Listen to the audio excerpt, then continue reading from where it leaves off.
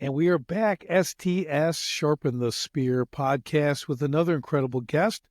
Kate McKay joins us today, and I was honored to be on her podcast, Master Your Life. That's an awesome podcast if you haven't heard that.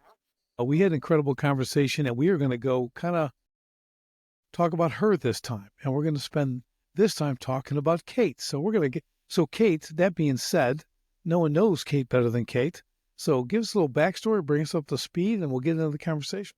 All right, yeah, let's get after it. So, my name is Kate McKay. I'm a keynote speaker. I'm an athlete and fellow podcaster and best-selling author, blah, blah, blah. But really who I am is a person that's here to be a change agent, to help, to light people up, and to ignite them into their greatness. And sometimes I do that with loving kindness, and sometimes I do it with a good boot in the ass, with some honesty and some directness. But it always comes from a place of love. Yeah.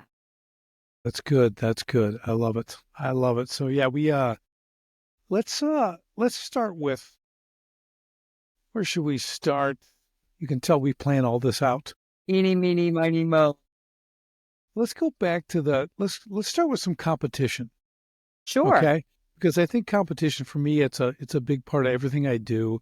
It's part of my equation, the D plus A minus E times C. That's the competition equals results. And I always feel if we're not because we all compete in one way or another. Yes. I mean, I think we do, but whether it's with ourselves in the mirror, with a sibling, with someone in business, a friend on the athletic field, whatever it is, there's always a competition going on. So I just want to get your kind of side on that and how I love you that. interact with competition. Yeah, well, right now I'm getting ready for a competition. In December, I compete, hear that? In bikini competitions, which seems like, what the hell kind of sport is that? Well, it's a form of bodybuilding, right? So really using the body as artistry and also as a machine. So it's the science, art, and practice. My body's the art, but it's also a scientific experiment. And it really focuses on symmetry and presentation, but it's a lot of friggin' work. So the end result is, I know when I get to the stage that I'm not going to let myself down by blowing the preparation. And I think so much of being an athlete and being successful is what you're willing to suffer through to consistently in order to be successful. And, I just go back to what Tony Robbins says around the word competition. First three letters are COM, which is community. So the bottom line is this: people who are on the path of excellence want to surround themselves with other A-gamers, other people that are going to hold them accountable to their highest and best self. We could easily fall by the wayside and hang around people that make us feel comfortable. But in comfort, there is no growth. Nothing happens in the comfort zone, as we all know. So I think it's something to embrace. As a woman, it's a little bit funky. It's a little bit unusual to be able to do that, but I'm kind of over it right now, Richard, at 61 years old. Yeah, I hear you, Kate. That's so good, though. And great explanation. I think what a lot of people don't understand is the competition, what you do. So it's a fitness competition, basically, right? I mean, it's Sure. in a sense, right? That's all a whole nother category too. But I like what you said about the suffering. Mm-hmm. You have to go through this suffering in order to have that outcome. And it's that sustained suffering, right, for that period of time to achieve the goal on that day, the day of competition. Right. So it's not, hey, I was good like 3 days before. You're on this until you step on the stage. 100%. You know what I mean? Like and you have to keep, right. yeah. And it's not like you could ask like a football player or just a regular athlete, like their nutrition's important, but like literally for me, it's 70. I mean, I train like crazy. I'm really strong, but what I eat and how lean I get and how my balance is symmetrical, and it's always an evolution. Right. So you're literally, I heard this expression years ago. It's kind of bad, but it's kind of true. It's like drugs, any kind of performance enhancing drugs that were used. The first were on racehorses, then it was on bodybuilders and professional athletes. Then it goes to the people with the money, and then it goes to mainstream. So people who, bodybuilders are extraordinary scientists. We are the biggest bunch of nerds you've ever met. You think we're like, you hear lunkheads. But I find bodybuilder, people who are in the sport, as being the most knowledgeable, nerdy, because I'm such a nerd. I said, don't let my looks fool you. I mean, the amount of time that I spend nerding out in my life is pretty funny. So I think it's an interesting foray because we really are scientists, and we are able to push those edges.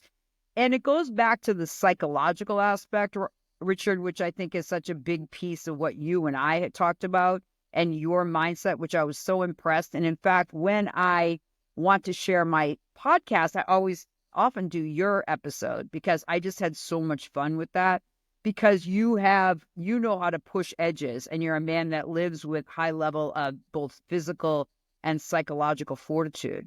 And I just deeply respect that. And I'm glad we get to hang out. Yeah, it's thank you. It's I feel the same. I mean, I think when you talk about the science and the nerding out, and again, people who are like, they work out there 2 or 3 hours a week, and which is nothing wrong with that. They do their Monday, Wednesday, Friday. They come to the gym and they do the elliptical and whatever they do, it's all good. Yeah. We're probably not hanging out together, but I appreciate they go and do movement and everything. But when you talk about the science and nerding out, like the nutritional aspect, okay? So it's not I just eat a lot of chicken breasts and rice. I mean, there's a whole component of nutrition. Was I spent all that I know about working out and everything else, which is a lot, right? Training and all that stuff. Way more time has been spent on nutrition. It doesn't mean I'm some master, but I understand the workings of it, right? And the enhancement to your performance. Like you said, 100%. when you're sculpting your body, not just I can run longer, I can hit a little harder. It becomes how it transforms your body. It's That, art because without it, too, right, right? When you exactly. say it like that, because it truly is putting it all together. And I know that for many, many years, and I'm going to just be dead up straight, is that for a long time, I never would say that I was a bodybuilder. Why? Because when I was growing up, many decades ago, Richard, women didn't lift weights. I was in a gym with all men, and if I had to go to the bathroom, I had to say, "Excuse me, can you watch the door?" And the dude would stand in front of the door with his arms crossed, protecting you, right? But that's the way that it was. And the gym has always been a sanctuary for me personally because I'm comfortable in the male energy. I got my headset on, I'm in the zone. And I know I never get bothered in the gym. I've never gotten bothered. But I do know this, that if someone came into that gym and threatened me in any way, every single guy in that gym would notice, and that guy would be DEAD, dead. It's just the way that it is. It's a brotherhood, and I just happen to be a sister in the brotherhood. And I'm deeply honored. Doesn't matter what gym I go to, you know the vibe. And I can't be in a gym if it doesn't have that really, I guess it's a brotherhood or a high testosterone vibe, but it's what I'm accustomed to. And it's what puts me in my A game framework. I can't talk about empowerment and women's this or that because it doesn't interest me. I hate to say that, but if women want to talk about healing their inner child and their self-care, I'm like, this isn't the podcast for me because it's important and it's hugely a big part of who I am, but it doesn't charge me up. Right. I think the other thing that why people would come to your assistance if something like that would happen is because it's one thing to be a female in the gym and you look nice and you got your little things on and you're doing your weird lat pulls and you're standing around looking at your phone compared to someone who's in there working. Like they're on time sets. You know what I Yes, mean? You're like, you're I putting the weight in. do. You're not looking at your phone. You're looking at you're logging, Yep, right? You're logging what you did, how many reps. absolutely. So you're one of them. That's what I mean. You work. We have even at my local Y here, we have those women. You see them every day. I'm there at 5:30 in the morning. They're there every day for years, and you see them working and working. It's on program. That's what I appreciate. Right. Right. That's part of the brother sisterhood kind of thing at the gym. Absolutely. Again, other people have done wrong with them there. They paid a light bill. I love them. If it Yes. weren't for those people who never come, the 80% who pay and never come, we wouldn't have a Yes. gym. So No, I it's I love true. them. They I pay the love them. memberships. That's right. Well, They I keep the want to lights on bring, for us. yeah, they totally do. So I want to bring up something that I think is the reason why I shifted into accepting the bodybuilding thing. Part of it, and people who are older will understand that there was this preconcept that people thought people who lift weights were stupid. the lunkhead expression. And I grew up in that. So I have lived my entire life being fit and thinking people thought because I was fit, I was stupid. And it's not just I used to think, it's real, even now, that people think I must be arrogant, full of myself, not very smart, and I'm threatening because I'm fit. And I just think that that's the most bizarre thing, but I've lived with it my whole life. And I'm just over it. Well, let me ask you though, is that because there's this thing, is that woman to woman they feel No, that, or do guys feel that about women try who are being single at 61, trying to date men your age. I'm threatening because I'm fit. No matter how casual I am, because I'm one of 9 children. Like literally, I've been through so much hardship. I am very, very chill. I am intense in my ways, but in general, I'm not a type A. I can go with the flow. Nothing ever went my way, Richard. I'm literally still glad I have my own underwear. I mean, when you grow up in a family of 9 children, you've had to fight for your rights. So I'm very enigmatic and accepting. However, it's just for some reason when people see me and what I represent to them is somehow, some way threatening, no matter how much I try to bridge the gap and be friendly in the way that I really am as a human being, it's still something that I've had to deal with for years. yeah, it's kind of yeah, I I totally believe you. I just didn't know if I didn't know if it crossed over, but I get at the age because we're similar in age. Um, and I get that there's a definitely, I mean, if you and I compare ourselves to the average person our age, okay, it's night and day. No, exactly. The mental aspect, we're trying to do more. They're trying to do less, right? 100%. I just don't relate, right? And I think that's the reason why, like, I can get along with anybody and I'm super friendly, but I do understand that my life has been that something about my energy has been threatening. And I've come to terms with it much more, like I've said, because I really realize that what's threatening is my light of who I am. It is the light. It's the light that God gave me to be a powerful instigator of change. I'm here to activate people to maybe feel uncomfortable by my even sheer presence. And it's like, God, really? Could you give me something a little bit easier? But God didn't give me a small job. Didn't give you a small job either, Richard. Yeah, it's the important thing with because what you don't see is what like we do, what we are, right? You're coaching people, and your clients are primarily men, aren't they? Yes, That you coach. absolutely. Yep, Yeah. So even that, like people think, oh, that's weird, you know, absolutely. and and they'll have all kinds of reasons why or whatever, but it doesn't matter. But it's like when you connect with someone, because I'll talk about coaching for a second. A lot of times there's people I don't coach. I deny, I say no because we don't Yes, align. Because either I'm too, like you said, I'm going to kick in the butt. I'm going to do this. I'm the same way. I had one who wanted to, I'm like, dude, you are way too passive. Like, I'm just going to scare the crap out of you. Like, you're you're going to not run going them to, over. yeah, you're just not going to, and that's okay. There's a coach for you out there and you'll do well.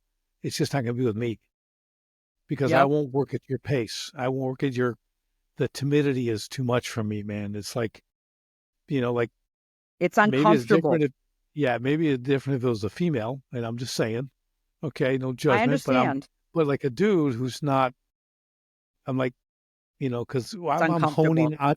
I'm honing entrepreneurial warriors on the battlefield of business. Okay, so a 100%. passive dude's not gonna, No, he's not exactly. gonna No fit in the club. pom-poms. We're talking spears. That's right. And I think that an important word that I want to drill into a little bit, Richard, because you have it, and I think it's a really important word, is fortitude. And the reason why I want to drill into that a little bit and have a deeper conversation with you around it is because I think that people lean in on this whole resiliency thing, but underneath resiliency is fortitude, and it's far bigger than grit. And I think that in some ways, can we teach fortitude? I think we can have conversations about it. I think we can build up our self awareness and our self efficacy around the awareness. But underneath it is this psychological ability to to have the courage and the passion and the drive and the willingness to persevere even when you're extremely uncomfortable. And I would have to say that is absolutely my superpower, because from birth, I always knew that if something didn't align with me, I was going to move towards the light of it. And this will work. I don't know what's in front of me, but I'm going to look for the light. And that was even like I was born in a family of deadheads. Richard, I don't like the Grateful Dead. I just don't Me like either. them. It's Me so either. depressing. So here I am, everyone's like getting high. And I'm like, so even in my own family of origin, I'm like, I know it's not this. And so I'm going to move forward. And I think we have to have some way that's going to call us forward. We have to be so uncomfortable with the reality that doesn't resonate.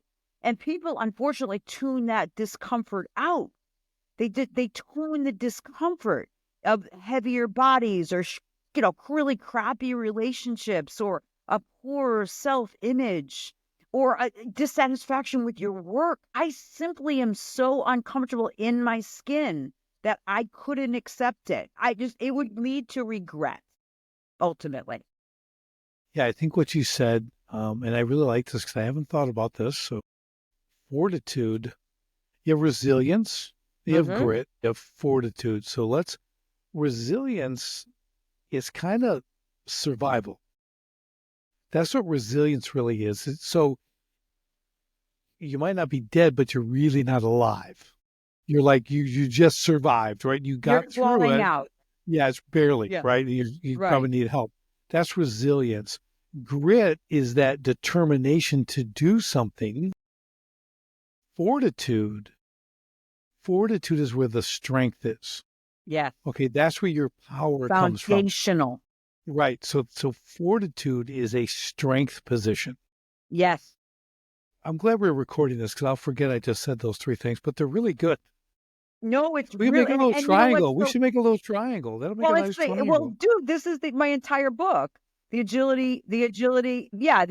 Because I talk about, like, and I'm just going to go over them quick and write them down if you all are listening. Is number one is balance is BS. There's no such thing as balance. Stop trying to seek it. Seek impact. You're here to have impact. Balance is an illusion. Stop talking about it and live into your gifts. If you have to claw your way into it, go right ahead. Balance is an illusion. It's the quickest path to mediocrity. Drop the mic. Number two is actually developing psychological fortitude. And as you said, Richard, you did a great description. Grit is not fortitude. You can have grit, but not fortitude. You can have resiliency, but not fortitude. The third is to build your resiliency muscle. That's your ability to bounce back, to be flexible. Number four is develop and hone your curiosity and your sense of innovation. We must stay curious. We must have the curiosity of a child and be continually innovating to grow. We need to grow. And it's the only way we can do it is to stay curious like children. And number five is build your tribe. You are not the person that is the five people who surround you. That's not really true. You're the five people that you hope and pray and desire to have around you. The people that are going to hold you at your highest and best. And that evolves. Sometimes you think those people are those people. And then guess what? You outgrow them. Or you find and discover that they don't really want what's highest and best for you. That's real hard. And that, I believe, requires great fortitude to be able to persevere, even when you have to let things go. Yeah, that's good. Yeah, for sure. I agree with all those. I think it's really important that people understand the levels, but also the components, because there's those three 100%. components. If you have all three, you're pretty unstoppable. Yes. Where if you maybe, like I said, the fortitude thing, you might get through, but I don't think you're going to reach that point of fulfillment. I Nope. don't think you're going to be fulfilled without fortitude. No, you're not. Because then that way, at least when you have fortitude, you're going to know when you squeezed everything out. You just know, like I explored every nougat of myself and my purpose and why God put me here. I didn't miss a thing. And that is and I learned that from my son, Will, who passed away. I'm going to be perfectly honest. The thesis for the agility mindset is based on my son because he made a decision. He had the most fortitude of anyone I know. And yet he made a choice to end his life. You see? So it doesn't, people are like so grieved over it. And I'm like, that dude made a choice. He squeezed everything out of this life. His last challenge was to meet death with courage.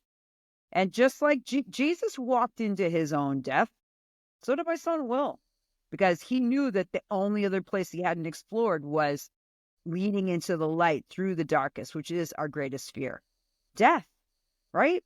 So I just lean on his faith, babe. That's all I do, because he was one hell of a gritty, fortuitous, resilient, curious human being. He was. And man, did he leave impact. That's awesome. Yeah, on the impact topic, because that's a huge thing I do, right? We want profit, freedom, and impact in our business. Yes. And the impact is the big thing, Good. right? Yes. That's where change is made. I mean, that's the whole word, right?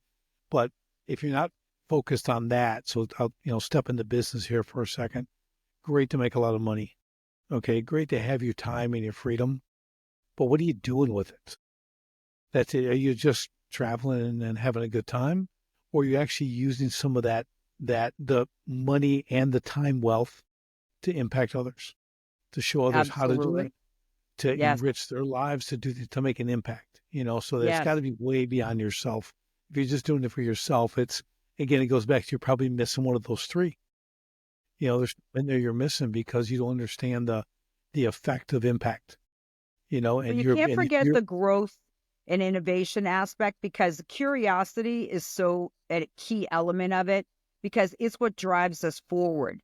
That we have to come up and adapt and come up with different ways of thinking. We can have fortitude, but not be curious, and we're never going to fulfill our mission that we're put here for. You see? right. Because it requires an evolution of our beliefs and our values, because sometimes we outgrow our values. We think, yeah, these are my values. Guess what? Sometimes you outgrow them because you push the edges of those values, and now another value has taken over. Another value has become even more important. Something else is striking your heart, that hitting your heart like a spear in order to drive you forward. Yeah, I think a lot of times, as we get older, we can speak in this language. There's seasons. We have seasons where we're improving, changing, right? You're doing different things for time period. It might be 4 years, might be 10 years. I might did my first business for 20 years. Then I moved into two others, and now I'm here doing this. There's seasons, right? I have kids. They grow, they leave. As season's over. What I'm driving for now is completely different than what I was doing 20 years ago. It's Mm, a whole new season. It's a whole different focus.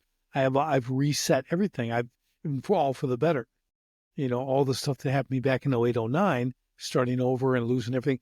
I am totally different, totally better. I'm not who I was, thankfully, right?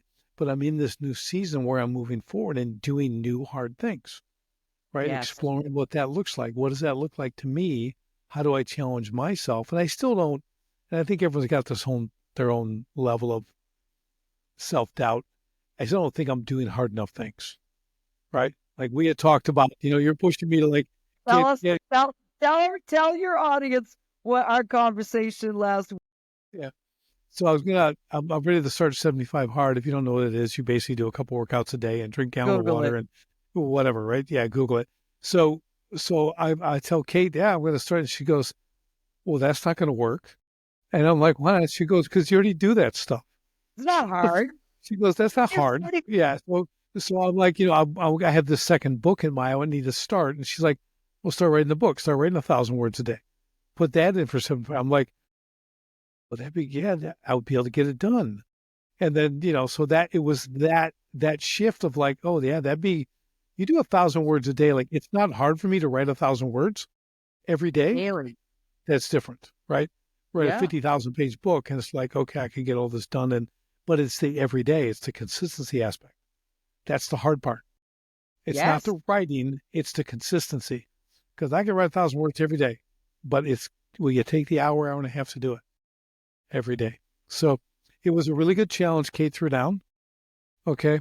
And I'm just here to say I have not started because I had another very difficult thing I had to immerse myself in for a couple of weeks. So it's on pause.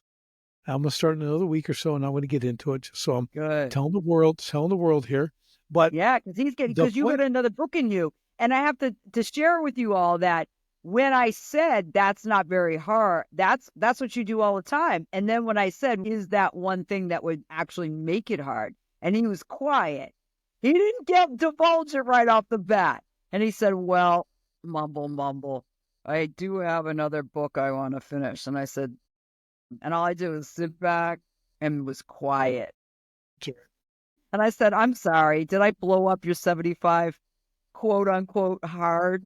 yes, my 75 not so hard. Except the 75 Richard. That's Yeah. good. But see, just for point of reference here. So there's Kate inspiring me. And just to go back to coaches, okay, this is what people do. When you have an accountability partner, whether it's a coach or just a good training partner, a good friend, whatever that is, that's their job and your job for each other. It's Yeah. not just to get the extra rep on the bench. Like that's cool. I'm talking about making you do something outside of the norm, outside of the normal difficult. Okay, because a lot of us are doing difficult things, but not really difficult things. And here's a great thing. I was on with an awesome guest a little earlier today. We're talking about business, and he scaled multiple business, done some amazing stuff. And he said, we work hard in our business. We do the hard things. Every day we're working, we're doing this. He goes, but we don't do the difficult things. Mm-hmm. The difficult things are building a business that runs itself, frees you completely so you can have a real exit. Anyway, that's the difficult. And he's right, because that's why I lost my business after the first 20 years, because I didn't do the difficult. And I'm like, Justin, I am going to say that from now on. Yes. There's between hard and difficult. There is. You got hard Difficult things. as the complexity, right? Yeah. You and I can do hard things, but are we willing to do the difficult things, which is, I'm going to bring it back to the whole agility mindset, which is the difficult things requires curiosity and innovation, requires a growth mindset to see it differently. Because, David Goggins has got fortitude and grit, and he just drives it forward. But then you wonder, does he have the curiosity and the innovation? Like, how is he going to evolve that push on the body to something that's equally difficult, right? Not just the same thing if he can push it up the hill over and over. And I always wonder that with him. Like, what will be his next chapter of difficult, of hard? I know it could be. He's going to do a 1-hour podcast where he never swears. That'd be boring. That'd be the most difficult, but it'd be the most difficult thing he's ever done. True. It's true. Okay. I know. He had to have someone write a clean version of his book. Yes. I'm just saying, like, you get someone on a podcast, who's vocabularily challenged. Yes. And right. say no profanity and see if they can get through it. Right. I'm being real. I go, well, okay, but can you be disciplined for an hour? Can you be disciplined for an hour? I get you're real. That's all good. Good point. Be disciplined. You do a lot in the gym, you lift a lot of weight, you run fast, you climb, you do the cool stuff. All I'm asking is to control your tongue for an hour. Yeah, that's good. Well, that's so his brand, isn't it?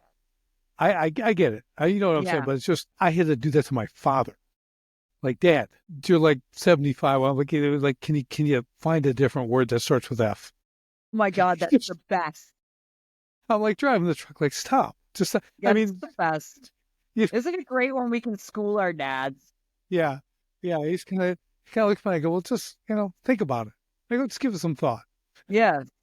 Just ponder on that, just for a half a jiffy. But it's important that we look in it, and that's that hard and difficult thing that I learned today. It's just start to look at things that way. What's hard and what's difficult? Because the difficult things may not seem hard. They're not you're often. attempting them, because like you said earlier, it's consistency. we got the 3 Ds: discipline, diligence, and determination, right? So you got to have those, but that diligence, okay, that diligence looks like you're doing when you train for the show. It's every day. It's every time something goes to your mouth, right? Mm-hmm. Everything you're eating, everything. It's not, well, I'll just do this today. There's none of that, None. right? It's, I don't want to say denial. What is the other Well, D it word? is denial. It's Deprivation or denial yeah, on yes, that yes, end, yes. it would be, right? That's the And I word, think that, deprivation. yeah, and I think that again, that goes back to my son. Like he could literally, and he was jacked. I mean, he was a gymnast and he could play Chopin like you'd weep. He was so gifted, but he could also sit in meditation for 8, 9, 10 hours and be fine. Like he could go from 185 pounds strapping to coming out of the monastery 145, smiling. Like he could walk into the difficult things, not just the hard things. Because I think difficult, and we're going to go back to it, requires psychological fortitude. It requires your ability to push through your own psychology, to push through the limitations of your own psychology to do the difficult things. Because difficult is other level. And it means that you don't necessarily have the belief that you can do it. And sometimes you have to lean in on your future self, that your future self knows you can do it.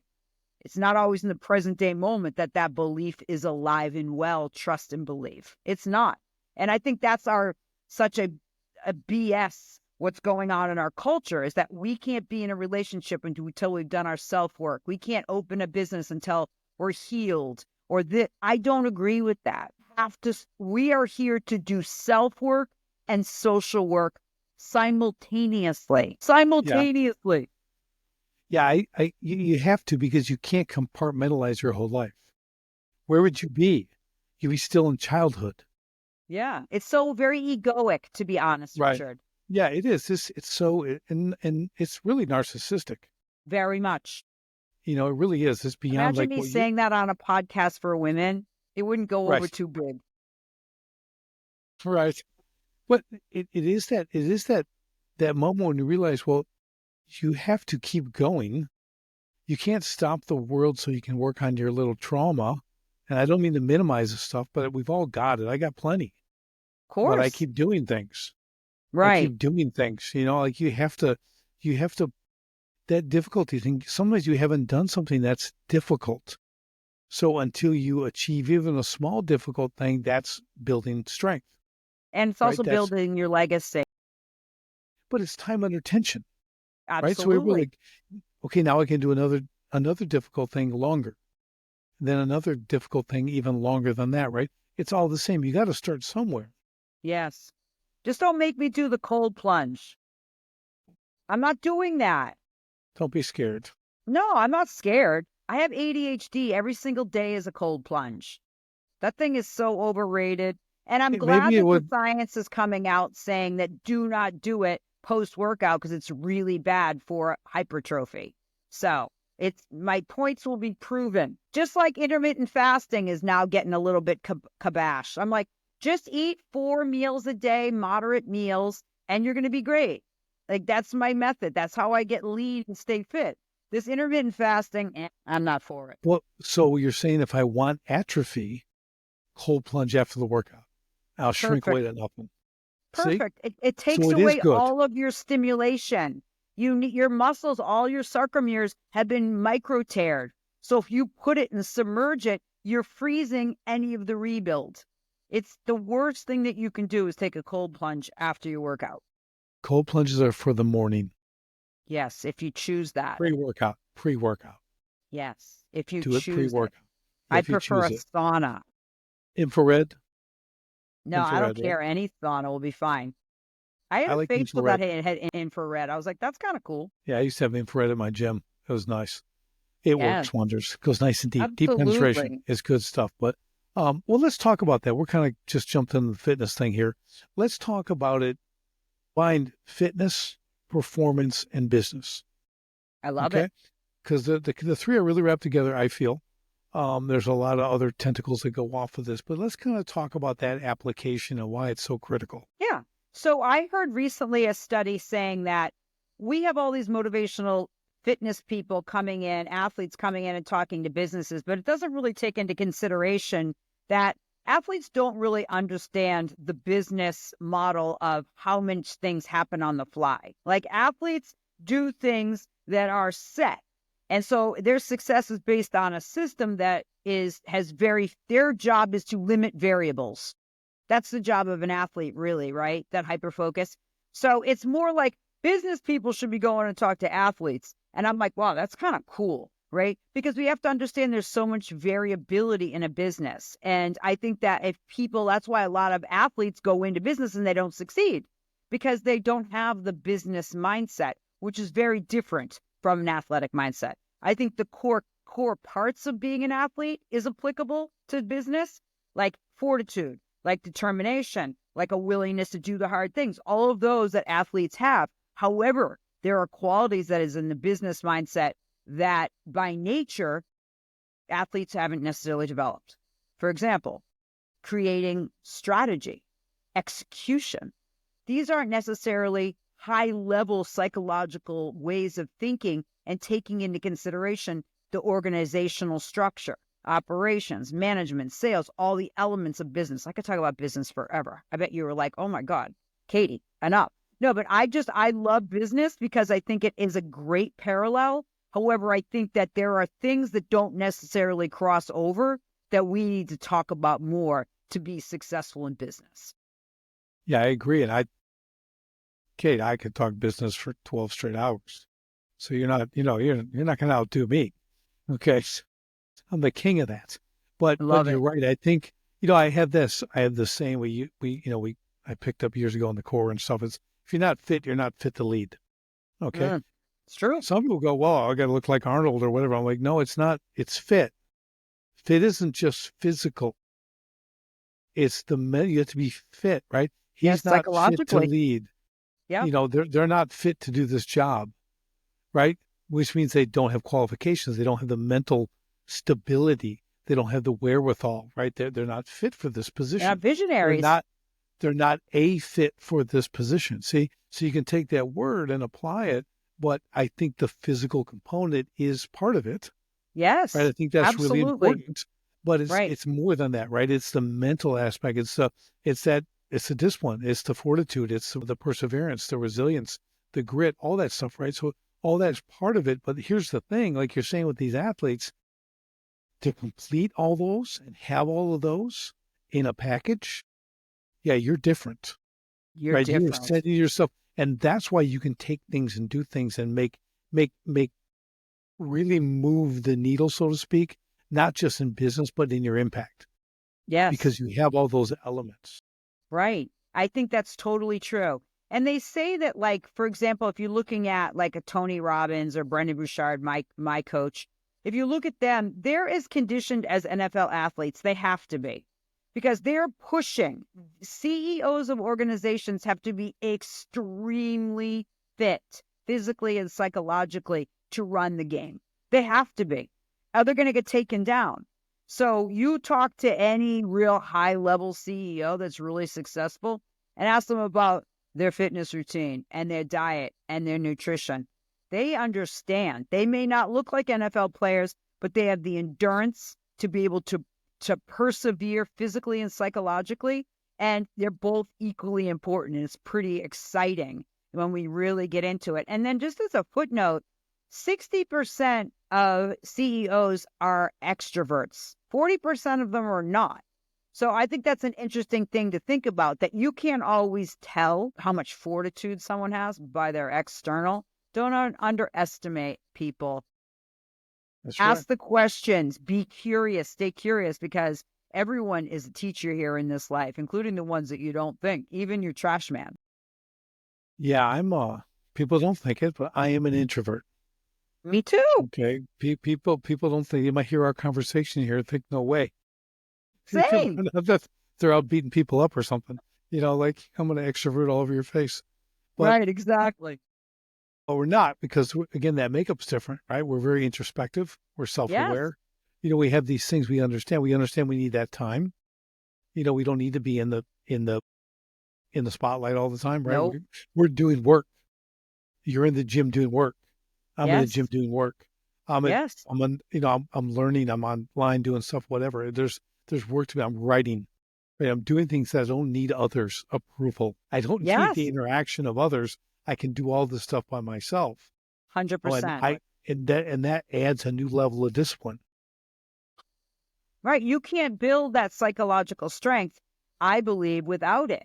And I coach plenty of people that have woo in the strength finder, or they're very social. And for them to go back and be more contemplative is a discipline. And it's very difficult for them because they're so used to creating relationship, and that's how they grow. But I don't believe we can just grow in a relationship with others. We must grow in relationship with ourselves. We only can be as great as much as we are, and we understand who we are and where we are powerful and where we are most vulnerable, because that's where our strength is, in those growth places. And it's okay to share them. And please do. Yeah, I think I had done this thing on there's 6 S's, this thing of strength, sacrifice, and well, the last one was solitude. Mm, You have to be okay with solitude. I agree. No phones, no nothing, just quiet, like you're saying with your son, 8 hours meditation, Yeah. solitude. Can you be alone with your thoughts with no distractions for an hour and start with 10 minutes? Some people can't make it 10 minutes, but just increase that Minute. muscle too. Yeah. Just like no radio on in the car, no music, just drive. I'll have to tell you, Richard, sometimes I'm in the gym and I have on, I used to call them, well, I still call them Guido protectors, Yeah. big headsets, but sometimes I have no music on. I just have quiet because I don't want anyone to be in my zone. So I put them on so I'm not distracted. Sometimes there's nothing in there. I very rarely put music on in my car. Very rarely. It's just, I don't need it. I don't want it. It's just like, oh, noise, right? I need to be with me so that I'm right with God. That's my I, premise. yeah, I had some people, like when I work out, I tell people if I make a little noise, I'm hitting the bag, it's a little rough, I'm working, I'm doing my thing, right? So I'm aggressive. Okay. I'm a little aggressive. It's Love an you for that. opponent. I can't wait to see you work Okay. out. It's just, I'll send you the video. I'm going to come up there when it's not It's, cold. yes. See you in like 6 months, but what I tell people, I go, well, don't have the music. Listen to like your heartbeat. Listen to how you're breathing. Feel the tension in the different muscles as you work out. Focus on everything you're doing with your body. That's what you're listening to. Just try that once in a while. Like, can you hear your feet pounding on the ground on the treadmill? Doesn't that sound odd? Doesn't it feel hard? Why are you landing so hard? Right? Like, take time to that's introspection. Yes. That's understanding what you do. I have a way I breathe when I hit the bag and I do all my punches and all the stuff I do. I all move a certain way, right? I do my pivots. I have a whole way of doing it. It's just a dance, basically, right?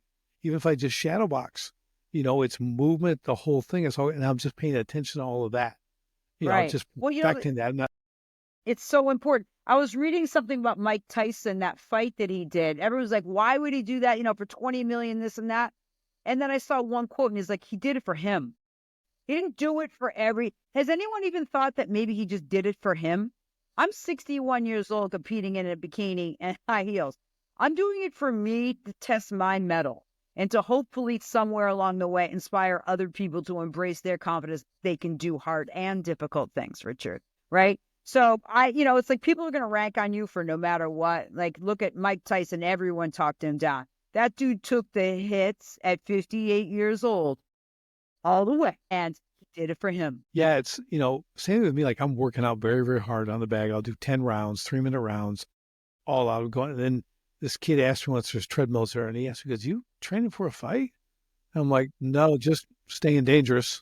And he's like, because people, it's so unusual Yes. that someone's training that hard. I mean, it's a lot. I'm throwing hundreds of punches every round, and they're like, and hard. Every punch is hard. And people are like, you just, like, you do that just for a workout? I'm like, well, yeah, I'm keeping my skills sharp and stuff, I said, yeah, it's the curiosity of why would you do that? I love that response. I like that response, because they never will. They never will. And They'll never what's that know great, that joy. explorer? And they're like, why'd you climb that? Why do you want to climb that mountain? And he's quiet and he goes, because I can. Because I can. That's it. Simple. Can you do it? Yeah. Can you Yeah. do something? So Are you it's, you know, willing? yeah. And I tell people like, yeah, it looks hard, right? It's very hard what I do. I can do it. I can go to the other side of the gym and do what that guy over there is doing. It'll be very hard for me. Yes. Okay. Because I don't do it all the time. So that would be another challenge for me. Like, and you think he's nothing. And you look at, he's just lifting weights. I go, he's doing time sets, increasing. He's all progressive resistance up here. He's adding band work. I go, that's a real workout. We'll try that. See if you can walk or sit up tomorrow. You know what I mean? Like, Yep. the people, Exactly. and it's all that. And I learned that, as you look in the gym, I mean, you could judge everybody.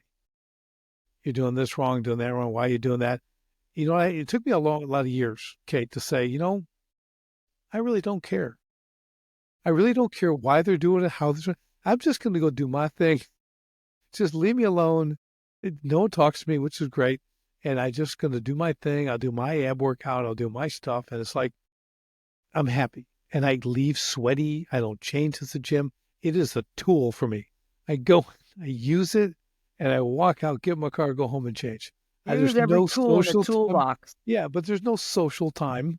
You know No. what I mean? And there's nothing wrong with that. I mean, it's good to be there than at the bar. Way better being there than at the bar. But I'm just like, I'm done. I'm going to work. It's time to get things done. Absolutely. I've already been up for 3 hours. It's time to do things. So you're right. And on the headphone point, even the earbuds, it's like, it is a leave me alone. It is. I can't hear you. I have my things in. Don't come talk to me. Yep. So Exactly. and when other people work out hard like that, the headphones, like people you see there all the time, it's all hand signals. You done? You just give them can I get, yeah. And they're just, and everything, yeah, work I in. And know. we We're let the speak mimes. and we just move over. So it's just, I love it Yes. because Yeah. we're all It's just, doing our thing. it's our Yeah. place.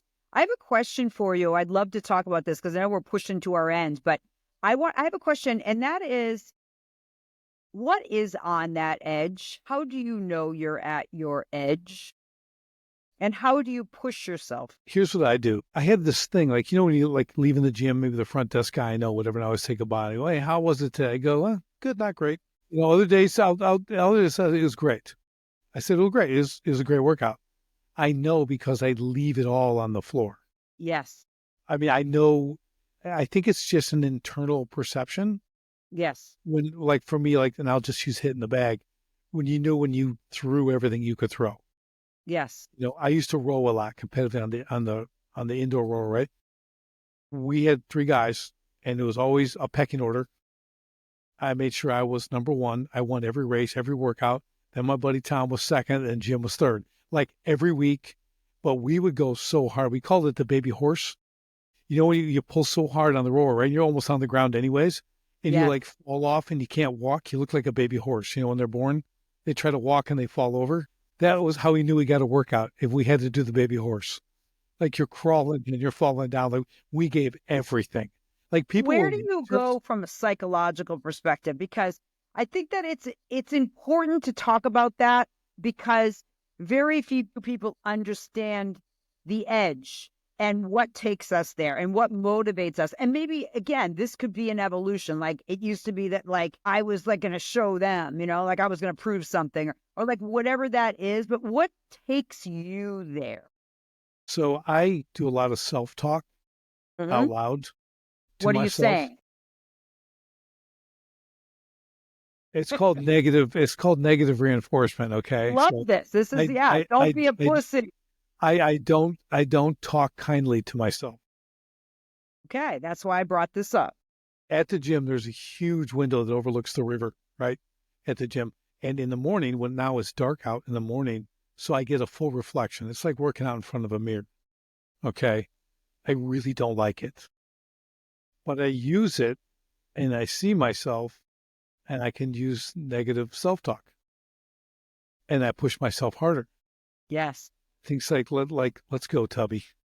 Yep. I say something like that. You are just, and I don't know. And I probably got issues, but I'll see these, Kate, in that reflection, and you can call it body dysmorphia or whatever. Doesn't matter. Well, I'm just saying, I look at it and say, And Yes. I just It's go hard, humiliating. and I No, just and go harder. you know I why I'm go harder. asking that, right? I think No, that we think that what motivates us is you can do it. And you just shared exactly the true premise, which is one of the things that we gets motivated to drive to the edge is literally what would be seen as self-loathing by the mental health right, professionals, but right. we use it almost as comedy because it's comedy. On the other side of that, I'd be cracking up.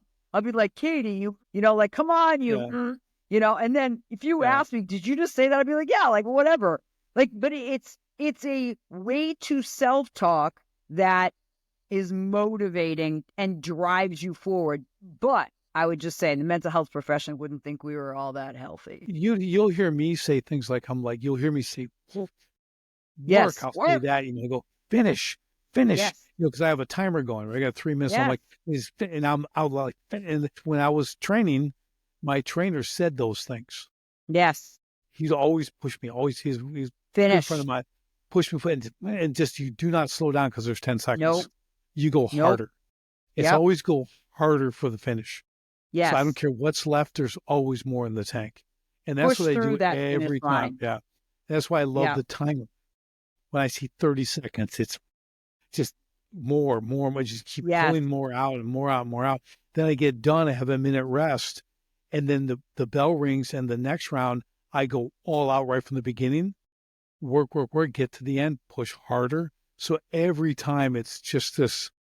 It's just this cycle of I don't know what to call it. It's not abuse, but it's just pushing, pushing, pushing. And I just want to draw more out at the end. Obviously, I don't Right. want to lose, but I'm only competing against myself on the bag. It doesn't On the matter. rower, I'm like, I will beat you because my buddy's on that just real quick. He's like, he goes, I knew if I didn't have you by like 500 meters, I'm done. He goes, because all of a sudden I hear Yes. and it's like, oh, here he comes. And I'm Here we come. just to finish the last 500 to 1,000 is like, I will smoke you. I will I will smoke you. Right. It's all get you. over. It's just, And he's let's like, just, for the record, 500 meters is not a small distance for the people who no, don't know it. 500 meters is a lot of. yeah, yeah. Like I pulled a 119 for 500 meters, and that is moving. I will That's tell you, insane. I cannot do a 119 now, but That I like will. I dare anyone to try that. We used to have to get it under like 2 minutes at CrossFit, and I think I was gonna die. But Yeah, 2 minutes and 150 was our warm up pace. yeah, it's insane. It's Yeah. So, but yeah, insane.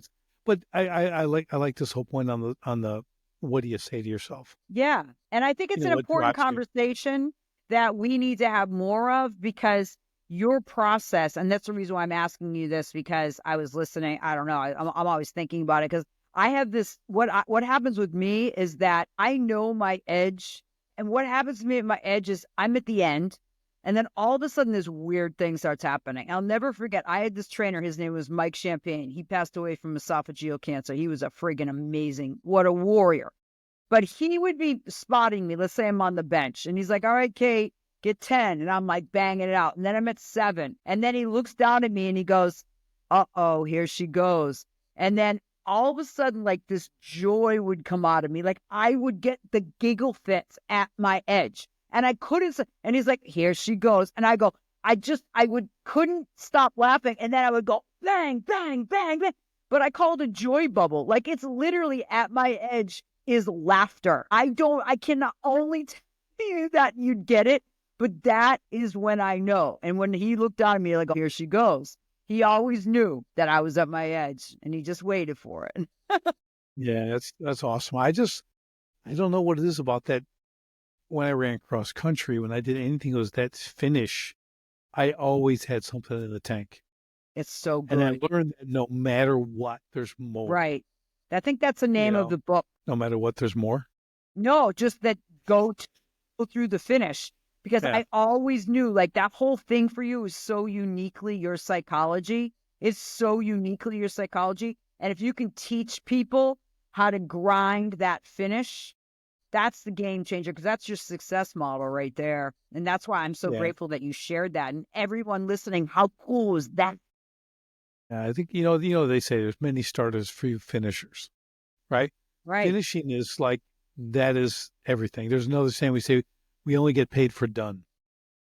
If we don't finish the job, we don't get paid. So Right. it's all about finishing. You have to But finish it. that's not the Construction? psychology of. So let me ask No. you a question. From 1 to 10, how important is that to you? Finishing 12, right? So Yeah, yeah. So and I think that if you could help more people have that same level of commitment to finish, to go all to push through, the finish line's there, but keep pushing your hardest all the way through. Man, that's a big I one. taught my kids and the whole cross country team I coach them. There, if I see you slow down a half a step before you cross that line, you'll be doing burpees till you bleed. Right. I'm like I You were people not who kidding. slow down a couple steps before, I don't care how far in the lead you are. Nope. I Never said yes, stop. I will. I mean, I'm getting worked up right It now. Just enrages thinking you. of it's like it's a quitter mentality. You It's a don't like quitter it. mentality. You don't That's like where it that. begins. That's where it Yeah, begins, though. it's true. It's just, and you'll lose a race because of that. You'll Because lose there'll be it life. someone, You'll lose it yeah, life yep, because of that's that. it. Better said, much better Yeah. said. Yeah. So Yeah. finishing is like, if you could just, yeah, you got to grab a hold of finishing. It's got to Like, be in your new title or subtitle. yes, right. That's your word. Yes. Finish. I like it. Do it now. Do it now. You're Finish. pathetic. You're pathetic. You piece of crap. Oh my God. But you know what? In good humor. And this is an important conversation because we're talking about the dark and the light behind success. And we have to face all of it because sometimes it's our darkness that drives us forward and it's okay to embrace it. You got to roll in it. And, we're talking about aspects of life that maybe aren't all attractive, like suicide and business failure and vulnerabilities and all the things that go with life. And yet here you and I are persevering and pushing through and hopefully inspiring others. And certainly I'm grateful for our time together and our ability to be in this space together, Richard. Yes, it's awesome. This has been awesome, Kate. This really has been. I love people to hear this angle from two people like you and I, because we're very, well, there's a lot of differences, but we're still in the same. We're in the same space. Right, You know what I mean? exactly. It's like so cool to be able to be bringing this stuff to the people we coach. The clients 100%. we help and push them through, because I want to say we're rare. Okay. We We have a are. different developed mindset. We've developed a mindset over time. Okay. That you don't get this at 20. No. That's just the point. It's part of those seasons. It's that Right. time in the game again and again. It's losing and playing again the next day, losing, playing again the next day, winning for a while, losing, playing again. Right. Right. It's a never getting out of it. Keep worrying. You just your competitiveness from the bikini fitness stuff. 17 years, 18 years. How long you been I doing that? started at 43 after I had my kids.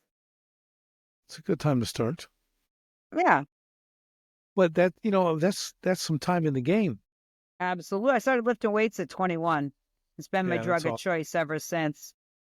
But the thing is that what I will say is that so much of what I've learned and what I would love people to know is you still have to have a sense of humor through all of it because, even though, like I said, when I'm talking dirt to myself and when you're talking dirt, we're still, when we leave the gym, we're like, yeah, that was great. Yeah, yeah, yep, You know, yep. so, be chill on yourself, but don't be too chill on yourself. You cannot lose your edge. You cannot lose your edge. And I'm hoping to continue to inspire people and I'll have to say challenge people to live in their greatness just by modeling what it means to not give up and to persevere even through difficult things, not Yeah, just hard yeah. things. That's it. I love it. Well, with that, let's wrap this up. Kate, this has been absolutely fantastic. I appreciate you giving us all this time today and just sharing your wisdom. You've done some great things and difficult things and hard things. We all are doing that. So we're going to continue on that path. That'll be our theme for this one. But again, thanks for the time today. And everyone listening, just, they just keep coming. Great guests. I can't help it. They're just awesome. Everyone It comes just on the show is attracts it. awesome. I And you try guys to, want to hear more? Yeah, and I'll just say that if you guys want any more information around having me as a speaker at your event, just reach out. I'm also a high performance coach certified, so I train people around psychological mastery. That's the name of my game, in the pursuit of excellence. Obviously, I use the athletic mindset, but I'm a personal and business coach by trade. And and tune into Master Your Life with Kate McKay. And I appreciate How, you all. Thanks for listening. how do you want them to follow you? Say it again. They can Get a go to website where kate-mckay.com for my website, or just grab me on Instagram. My YouTube channel, I'm doing a countdown on my bikini competition. So if you want more in the day in the life of a bikini competitor with the food and everything else, I am Kate McKay on YouTube. We'll share the links in the show notes. Awesome. Awesome. We will do that for sure. So again, Kate, thanks for the time today. This has been great. We'll see everyone on the next Sharpen the Spear podcast.